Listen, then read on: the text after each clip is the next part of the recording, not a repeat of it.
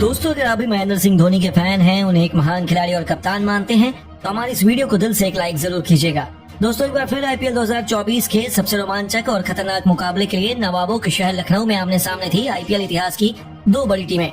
Lucknow super giants के सामने चुनौती लेकर खड़ी थी महेंद्र सिंह धोनी की चेन्नई सुपर किंग्स।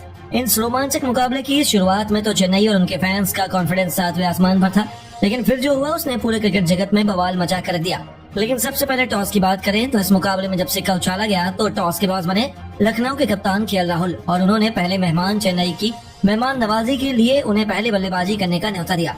चेन्नई की तरफ से अजिंक्य रहाणे के साथ सचिन रवीन की खतरनाक जोड़ी मैदान में उतरी थी। पहले ही ओवर में मैट हेनरी को थप्पड़ की तरह चौका लगाकर रहाणे ने अपना खाता खोल लिया था।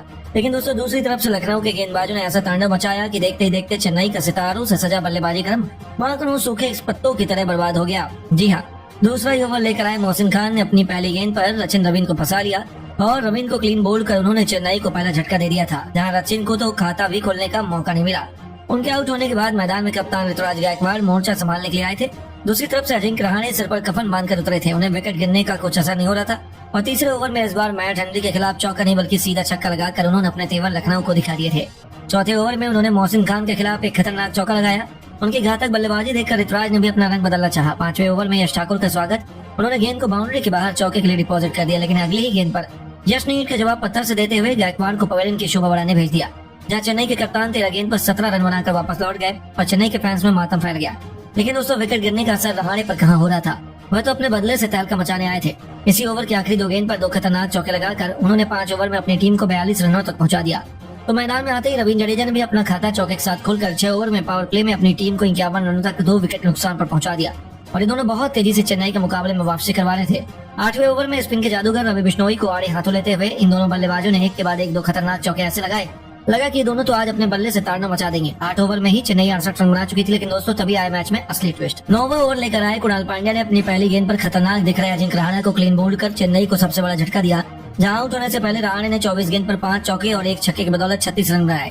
उनके आउट होने के बाद मैदान पर अब शिवम दुबे को भेजा गया और दूसरी तरफ रवींद्र जडेजा आक्रामक रुख अपना चुके थे। 10 ओवर में उन्होंने अपनी तूफानी बल्लेबाजी से अपनी टीम को 87 रनों तक पहुंचा दिया, लेकिन दोस्तों दूसरी तरफ से उन्हें साथ नहीं मिल पा रहा था। मैदान में उतरे शिवम दुबे भी 12वें ओवर में मार्कस स्टोइनिस के सामने घुटने टेक बैठे और 8 गेंद खेलकर यह घातक बल्लेबाज केवल 3 रन बना पाया। 12 ओवर में चेन्नई ने 89 रन बनाकर अपने 4 बल्लेबाज खो दिए तो गरीबी में आटा गिला। मैदान में उतरे इम्पैक्ट प्लेयर समीर रिजवी को कुणाल पांड्या ने क्लीन बोल्ड कर चेन्नई की कमर तोड़ दी थी। 13 ओवर में ही चेन्नई ने 93 रन बनाकर अपनी आधी टीम को खो दिया और उनकी आधी पारी पवेलियन की शोभा बढ़ाने लौट चुकी थी।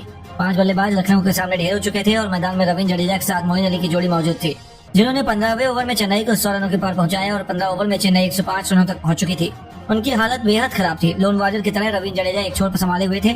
इसी दरमियान रवींद्र जडेजा ने 5 चौकों और एक तूफानी छक्के से सजी केवल 34 गेंद पर अपनी अर्धशतकीय पारी को अंजाम दिया, जिसने चेन्नई को मैच में जिंदा रखा था। दूसरी तरफ से 18वें ओवर में मोइन अली ने रवि बिश्नोई की धज्जियां उड़ाते हुए एक के बाद एक 3 खतरनाक छक्कों के हैट्रिक बटोरकर चेन्नई के फैंस को खुशियों की सौगात दे दी थी। अचानक से उन्होंने राहुल के पसीने छुड़ाते हुए एकाना के मैदान पर चेन्नई का दबदबा कायम कर दिया। हालांकि दोस्तों, अगली गेंद पर एक बार फिर बड़ा छक्का मारने के प्रयास में वह अपना विकेट दे बैठे, लेकिन आउट होने से पहले उन्होंने 20 गेंदों पर 3 छक्कों की बदौलत 30 रन बनाए थे और अब उनके आउट होने के बाद चेन्नई के आन शान महेंद्र सिंह धोनी मैदान में गदर मचाने उतर चुके थे, जिन्होंने आते ही मोहसिन खान को आड़े हाथों लेते हुए कवर के ऊपर से चौका जड़कर अपना खाता खोला।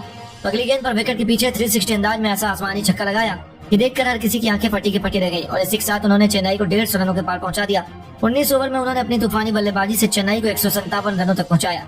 तो 20वें ओवर की तीसरी गेंद पर यश ठाकुर को अपने हेलीकॉप्टर शॉट से तारामंडल के दर्शन कराते हुए उन्होंने एक जबरदस्त छक्का लगाया।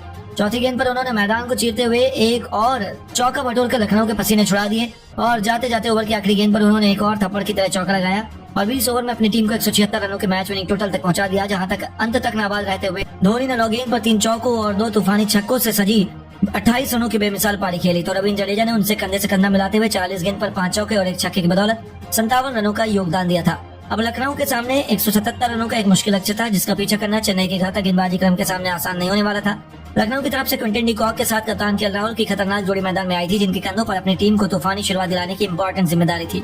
लेकिन दोस्तों, जैसा कि उम्मीद थी, उनके लिए रन बनाना आसान तो बिल्कुल भी नहीं था, लेकिन ये दोस्तों किसी से कम भी नहीं है। दूसरे ओवर में तुषार देशपांडे के खिलाफ मैदान को चीरते हुए चौका जड़कर डिकॉक ने अपना खाता खोला और 2 ओवर में अपनी टीम को 12 रनों तक पहुंचाया।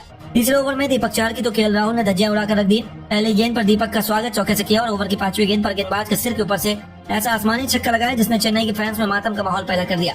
3 ओवर में लखनऊ तूफानी अंदाज में 24 रन बना चुकी थी और शुरुआत में विकेट चटकाने के चेन्नई के प्लान पर इन दोनों ने अपनी खौफनाक बल्लेबाजी से पानी फेर दिया था।